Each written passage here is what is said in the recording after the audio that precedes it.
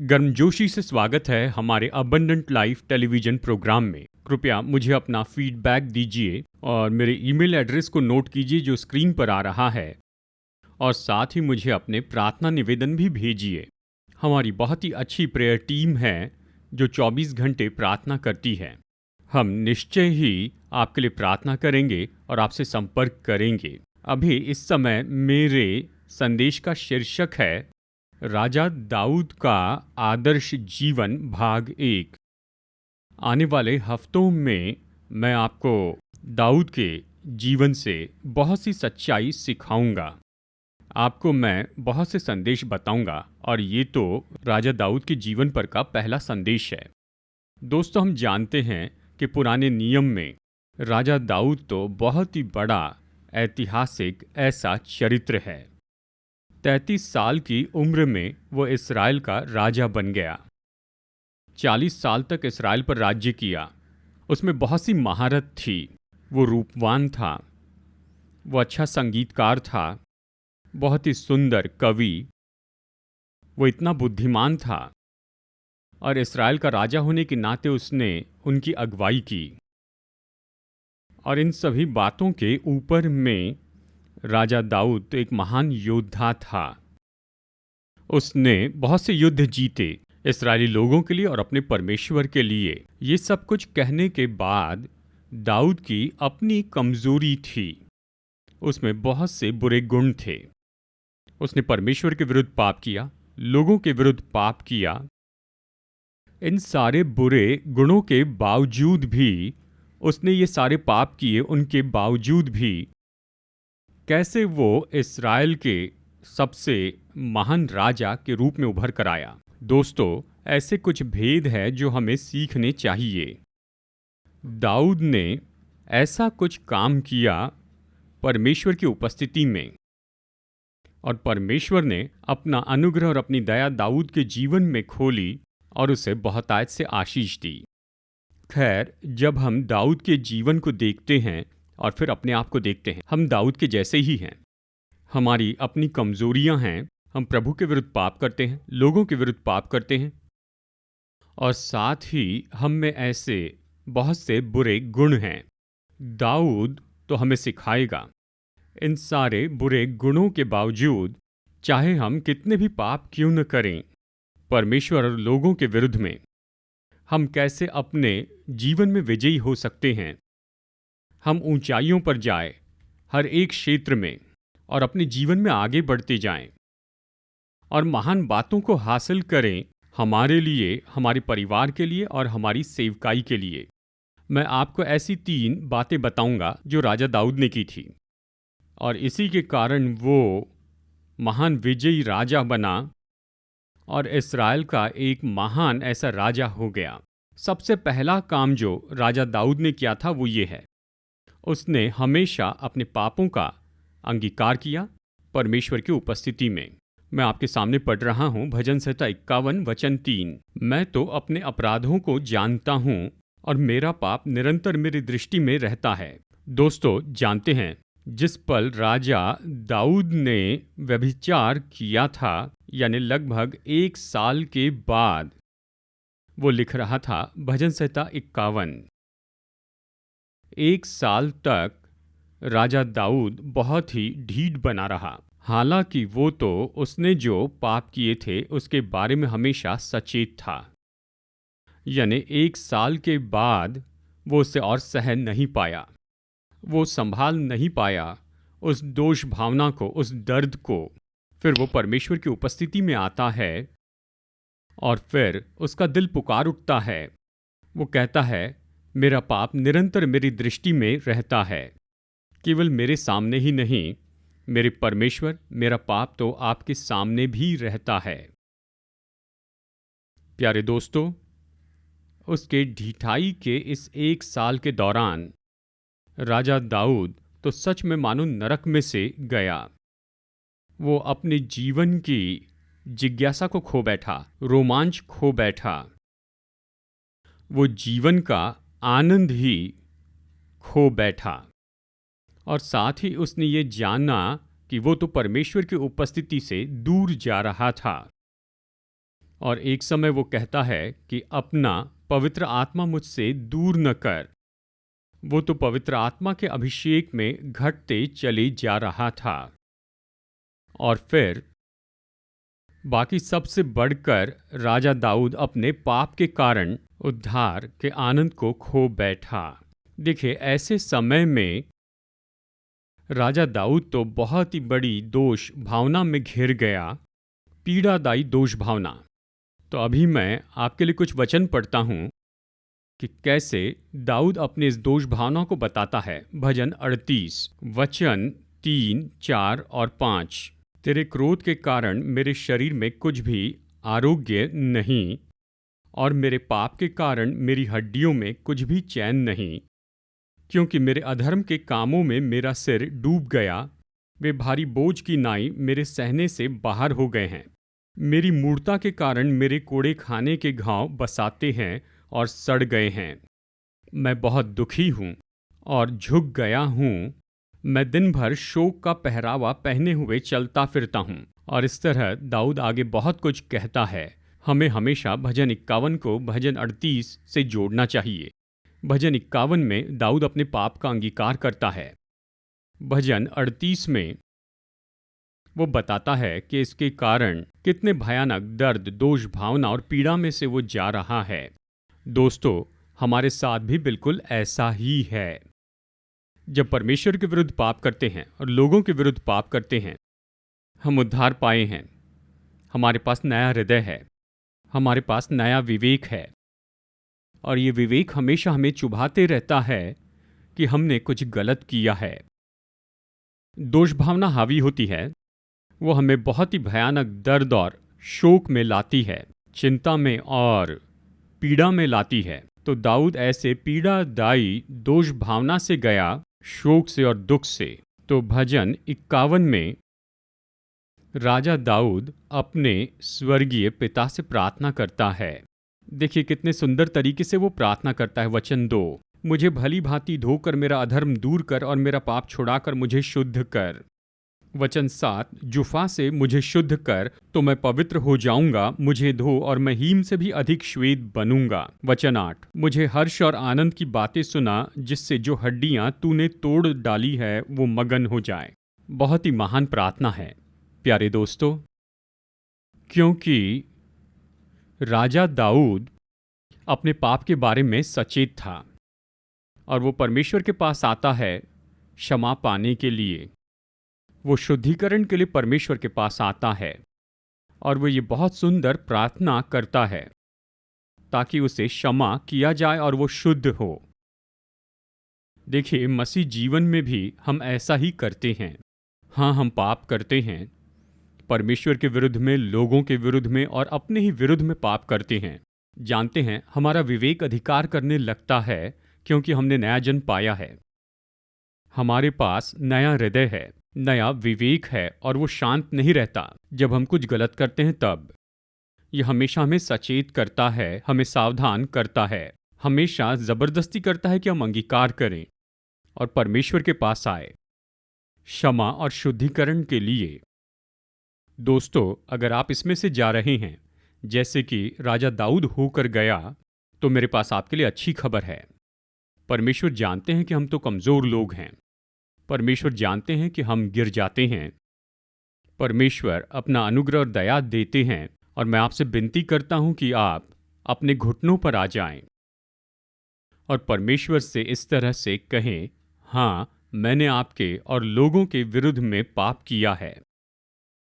और फिर आंसू बहाते हुए क्षमा और शुद्धिकरण के लिए प्रार्थना कीजिए। राजा दाऊद ने अपने पापों से पश्चाताप किया। इस वचन को आप सुनिए। वचन 17, टूटा मन परमेश्वर के योग्य बलिदान है। हे परमेश्वर, तू टूटे और पिसे हुए मन को तुच्छ नहीं जानता।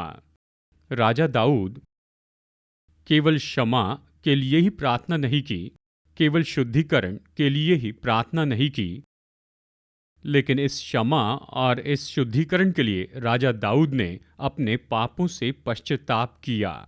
यही तो वचन 17 में वो कहता है, हे परमेश्वर, तू टूटे और पिसे हुए मन को तुच्छ नहीं जानता।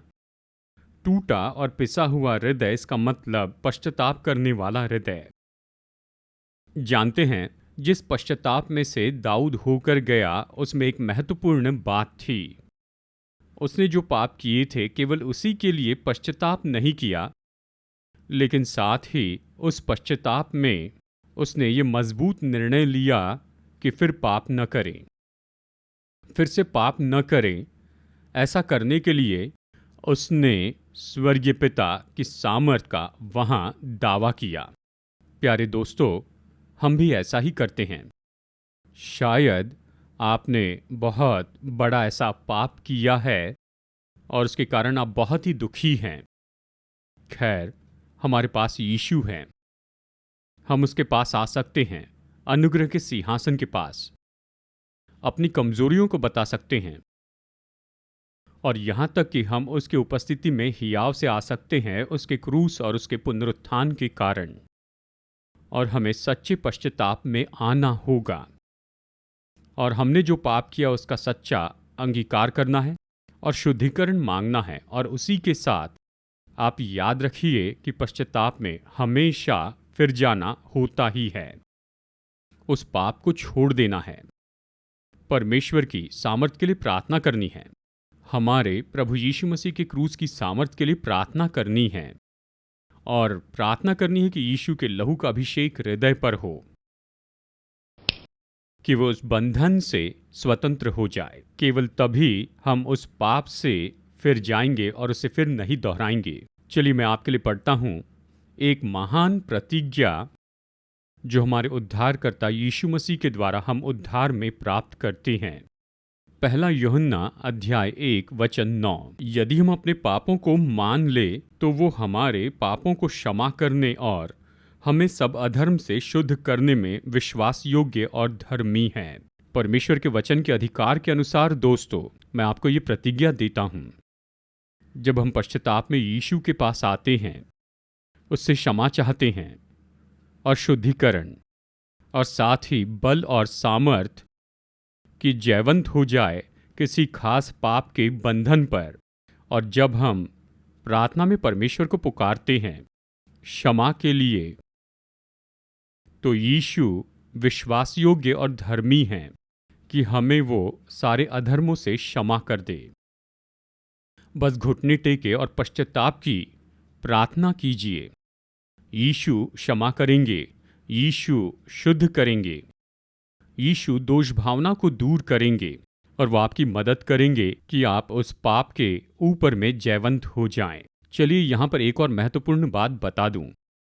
देखिए, जब यीशु की उपस्थिति में हम अपने पापों का अंगीकार कर लेते हैं, पश्चाताप में उसकी क्षमा चाहते हैं, उसका शुद्धिकरण, और एक बार जब क्षमा आ जाती है तो क्षमा किए गए हैं, तो आप फिर से कभी उन पापों को याद मत कीजिए। आप कभी भी उन पापों के बारे में दोषी महसूस न करें। शैतान यही तो करेगा। वो हमें याद दिलाते रहता है उन पापों के बारे में जो कि पहले क्षमा किए गए हैं, और वो हमें याद दिलाएगा जो गलतियां हमने की हैं, वो हमें याद दिलाएगा। वो हमें फिर से दोष भावना में डुबाना चाहेगा। शैतान को ऐसा करने न दे। उससे कहे, यीशु ने आपको क्षमा किया है, मैंने जो पाप किए हैं उसे यीशु भुला चुके हैं। क्योंकि यीशु भूल गए, इसलिए मैं भी अपने पापों को भूल चुका हूं। मैं कभी भी अपने भूतकाल में क्षमा किए गए पापों को याद नहीं करूंगा। जीवन का रोमांच और इसी तरह से महान काम होते जाएंगे, जैसे कि यहां दाऊद ने अनुभव किया था। उसके पश्चाताप करने और क्षमा पाने के कारण उसके जीवन में आनंद और रोमांच वापस आ गया। वो फिर से जीवन के उत्साह का अनुभव करने लग गया। और केवल इतना ही नहीं, उसने परमेश्वर की उपस्थिति को वापस पाया। उसने पवित्र आत्मा के अभिषेक को वापस पाया और फिर से वो उद्धार के आनंद में स्थापित किया गया। ये सारी बातें हमारे साथ में होती हैं। जब हम वो पहला काम करते हैं जो राजा दाऊद ने किया, उसने हमेशा अपने स्वर्गीय पिता के सामने अपने पापों का अंगीकार किया। दूसरी बात जो राजा दाऊद ने की वो ये है, उसने हमेशा अपनी सारी कमजोरियों को परमेश्वर के सामने अंगीकार किया। अब इन वचनों को सुनिए, भजन संहिता 61 वचन 1 और 2। हे परमेश्वर, मेरा चिल्लाना सुन, मेरी प्रार्थना की ओर ध्यान दे। मूर्छा खाते समय मैं पृथ्वी की छोर से भी तुझे पुकारूंगा। जो चट्टान मेरे लिए ऊंची है उस पर मुझको ले चला। ये सुंदर भजन है। देखिए, दाऊद की बहुत सी कमजोरियां थी। लगभग दाऊद के सभी भजन में बताया गया है कि वो कितना कमजोर था। जानते हैं, राजा शाऊल उसे मारना चाहता था, उसका अपना बेटा अबशलोम भी, और वो सारे शत्रु जिसे यह हमेशा हराना चाहता था, वो तो इस्राएल के विरुद्ध में लड़ते जा रहे थे। जानते हैं, दाऊद तो भावनात्मक कमजोर था। केवल इतना ही नहीं, वो तो शारीरिक रूप में कमजोर था और साथ ही वो आत्मिक रूप में कमजोर था। और इन वचनों में वो कहता है, परमेश्वर, जो चट्टान मेरे लिए ऊंची है उस पर मुझको ले चला। वो रक्षा के लिए प्रार्थना करता है, सुरक्षा के लिए प्रार्थना करता है, वो मदद के लिए प्रार्थना करता है।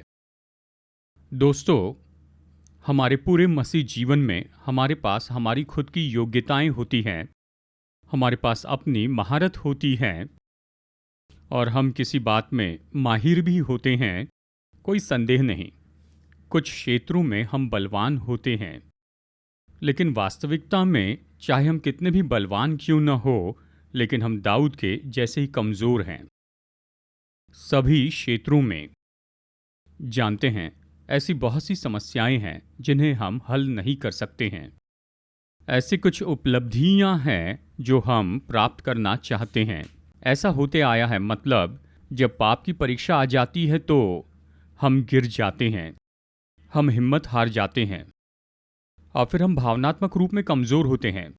जानते हैं, जब भी समस्याएं और मुश्किलें आती हैं, हमारा मन और हमारा हृदय चिंताओं से भर जाता है, तनाव से, दर्द से, शोक से और सारी निराशाओं से भर जाता है। इस कमज़ोरी में एक और जोड़ लीजिए और वो तो आत्मिक कमज़ोरी है। जानते हैं, जब हम कलीसिया में आते हैं और सुंदर संदेश सुनते हैं, हम निर्णय लेते हैं कि हाँ, आज से मैं वैसे हो जाऊंगा, लेकिन हम गिर जाते हैं। हम में से कुछ लोग आत्मिक रीति से इतने कमज़ोर हैं कि प्रार्थना का समय ही नहीं है। कुछ इतने कमज़ोर हैं कि हम बाइबल स्टडी भी नहीं करते हैं। कुछ लोग तो आत्मिक रीति से इतने कमज़ोर हैं कि वो आराधना के लिए नहीं आते हैं, प्रभु की सेवा नहीं करते हैं। तो हम सब में दाऊद के जैसे ही कमज़ोरियां हैं। कैसे दाऊद ने अपनी कमज़ोरियों को अपने महान बल में बदल दिया। कब उसे बल में बदल दिया? वचन को गौर से सुनिए। पहला शमूएल अध्याय 30 वचन 6। और दाऊद बड़े संकट में पड़ा क्योंकि लोग अपने बेटे बेटियों के कारण बहुत शोकित होकर उस पर पथरवा करने की चर्चा कर रहे थे। परंतु दाऊद ने अपने परमेश्वर यहोवा को स्मरण करके हियाव बांधा। ऐसा वचन कहता है। ये महान वचन है। दाऊद ने खुद हियाव बांधा अपने परमेश्वर यहोवा में। उसने हमेशा बल के लिए प्रार्थना की। वह हमेशा यहोवा परमेश्वर पर आधारित रहा और यही तो कारण था उसकी सारी कमजोरियों के बावजूद उसने अपने स्वर्गीय पिता की ओर से महान बल प्राप्त किया कि वो अपनी सारी कमजोरियों पर जयवंत हो गया हर एक क्षेत्र में, और उसने महान विजय प्राप्त की। दोस्तों, हमें भी ऐसा ही करना है। जानते हैं, सबसे पहले हम पर अनुग्रह हो कि हम इस बात को जान ले कि हम कमज़ोर हैं। ये सबसे पहले करना है। ये केवल तब होगा जब हम ये पहचानेंगे कि हम कमज़ोर हैं, तो हम प्रार्थना के लिए घुटने टेकेंगे, हम बाइबल पढ़ेंगे। जब हम ये पहचान लेते हैं कि हम कमज़ोर हैं, तो आराधना के लिए आते हैं।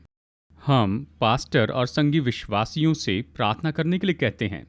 अगर कोई ये सब कुछ नहीं कर रहा है, तो ये बहुत ही स्पष्ट है कि उनकी कमज़ोरियों के बावजूद भी वो खुद पर ही आधारित हैं और किसी भी समय गिर सकते हैं। देखिए, हमारे पास यीशु मसीह में महान प्रतिज्ञा है। इब्रानियों अध्याय 4 वचन 15 और 16, क्योंकि हमारा ऐसा महायाजक नहीं जो हमारी निर्बलताओं में हमारे साथ दुखी न हो सके, वरन वो सब बातों में हमारी नाई परखा तो गया, तो भी निष्पाप निकला। इसलिए आओ हम अनुग्रह के सिंहासन के निकट हियाव बांध कर चले कि हम पर दया हो और वो अनुग्रह पाए जो आवश्यकता के समय हमारी सहायता करे। यीशु ने हमें सच में कितना महान उद्धार दिया है। यीशु केवल हमारे अच्छे चरवाहे ही नहीं हैं, परंतु इस पल वो परमेश्वर की उपस्थिति में हमारे महायाजक हैं। महायाजक हैं और हमेशा हमारे लिए प्रार्थना करते हैं हमारी कमजोरियों में, कि परमेश्वर हमें बल दे। देखिए, यीशु हमारे लिए प्रार्थना कर रहे हैं और हमें बस यही करना है। हमें भी निश्चय ही अपने सिर झुकाना है, घुटने टेकना है और मदद के लिए यीशु से प्रार्थना करनी है, क्योंकि यीशु में हमारे पास अनुग्रह का ये महान सिंहासन है। ऐसा महान सिंहासन है जो खोलता है क्रूस की उस सामर्थ को, पवित्र आत्मा की सामर्थ को, कि सारे क्षेत्रों में हमें बल दे। प्यारे दोस्तों, अगर आप महसूस करते हैं कि आप कमज़ोर हैं, कुछ भी हासिल नहीं कर पा रहे हैं, कि आप हमेशा असफल होते हैं, आप हमेशा निराश होते हैं, निश्चय ही हम आपके लिए प्रार्थना करेंगे। लेकिन आपको भी ये करना चाहिए। यीशु मसीह में हमारे पास वो है जिसे हम अनुग्रह का सिंहासन कहते हैं, कि हमें बल देते जाएं।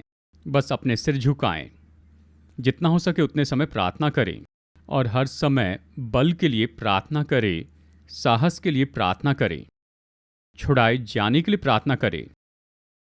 और क्रूस की सामर्थ, पुनरुत्थान के द्वारा पवित्र आत्मा की सामर्थ आपको गर्माहट देगी, दिल को छू लेगी, आपको बहुतायत से प्रोत्साहित करेगी और उसी समय में आपको जीवन की लड़ाइयों के लिए बल देते जाएंगे।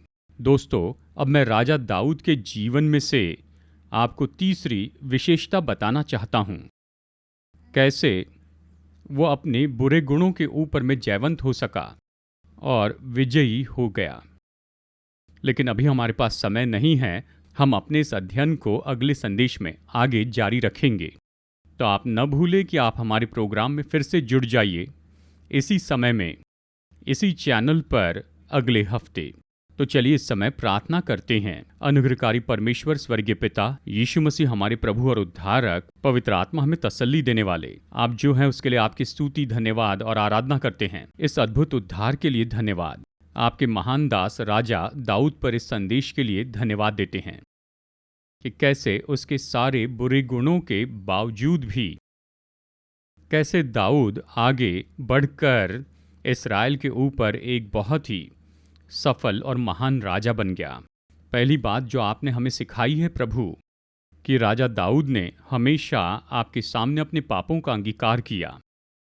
स्वर्गीय पिता, आपकी पवित्र आत्मा की मदद के द्वारा, आपकी पवित्र आत्मा की प्रेरणा के द्वारा, पवित्र आत्मा की कायलता के द्वारा मदद कीजिए कि हम अपने पापों के बारे में हमेशा सचेत रहे और साथ ही प्रभु आपके पास आए पश्चाताप के लिए, अंगीकार करके हम आपसे क्षमा मांग लें और साथ ही पाप के बंधन से हम छुड़ाए जा सके।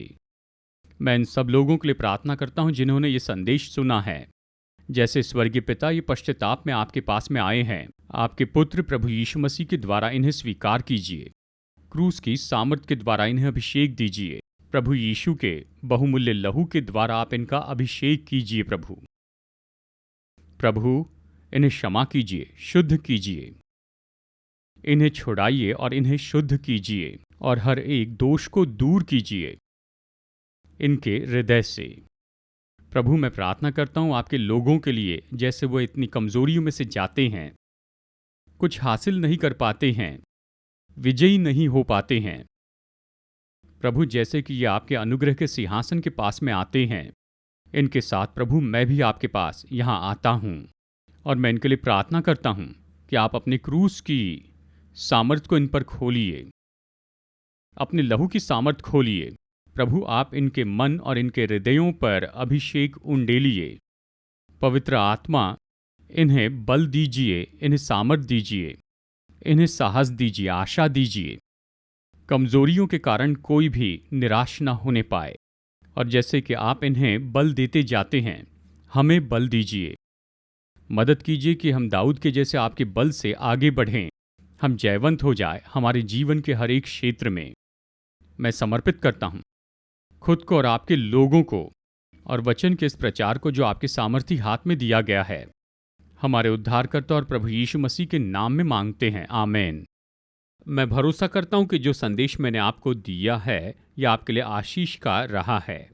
मैं आपको न्योता देता हूं कि इस टेलीविजन सेवकाई में आप मेरे साथ में सहभागी बने। अभी इस समय मैं संदेश को विश्वासियों के लिए ये संदेश दे रहा हूं 4 भाषाओं में, हिंदी, मलयालम, तेलुगु और इंग्लिश में। और इसके लिए बहुत ज़्यादा खर्च होता है। लाखों लाख लोग हैं जो इन संदेशों को सुन रहे हैं और अपने जीवन में आशीष पा रहे हैं और परमेश्वर के वचन से महान सच्चाइयों को जान रहे हैं। मैं आपको न्योता देता हूं कि मेरे साथ पार्टनर बनिए। आप लोग जो अपनी भेंटें भेजना चाहते हैं, कृपया इस QR कोड को नोट कीजिए, इसे स्कैन कीजिए अपने सेल फोन पर और आप आसानी से अपनी भेंटें भेज सकते हैं। साथ ही इस गूगल पे नंबर को नोट कीजिए और इसके माध्यम से आप अपनी भेंट भेज सकते हैं गूगल पे के द्वारा और भेंट भेजने के दूसरे तरीकों के द्वारा भी। और साथ ही अगर आप मनी ऑर्डर भेजना चाहते हैं या फिर चेक, तो कृपया इस एड्रेस को लिखिए जो स्क्रीन पर आ रहा है। अगर आप में से कोई एक प्रोग्राम का स्पॉन्सर बनना चाहता है तो कृपया स्क्रीन पर आने वाले नंबर को नोट कीजिए, इस नंबर पर फ़ोन कीजिए और हमारा ऑफिस आपको इसके बारे में जानकारी देगा कि आप कैसे एक प्रोग्राम के स्पॉन्सर बन सकते हैं। प्यारे दोस्तों, मैं आपके प्रत्युत्तर का इंतज़ार कर रहा हूँ। तो आइए अपने सिर झुकाएं बेनेडिक्शन के लिए। अब प्रभु यीशु मसीह का अनुग्रह और पिता परमेश्वर का प्रेम और पवित्र आत्मा की संगति हमारे साथ में बनी रहे, हमारे परिवार और हमारी सेवकाई के साथ अब से युगान युग तक। आमीन।